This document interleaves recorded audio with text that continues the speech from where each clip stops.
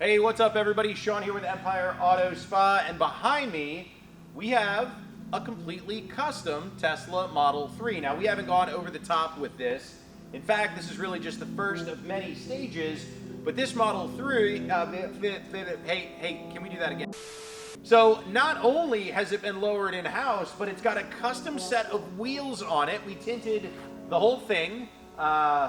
Man, I'm not doing a very good job of this one. So look, we tinted it, paint protection film, some lights, some suspension, some calipers, wheels and tires. Am I forgetting anything? Chrome delete, paint protection film. Oh, we debadged it. Just look at it. Just look at it.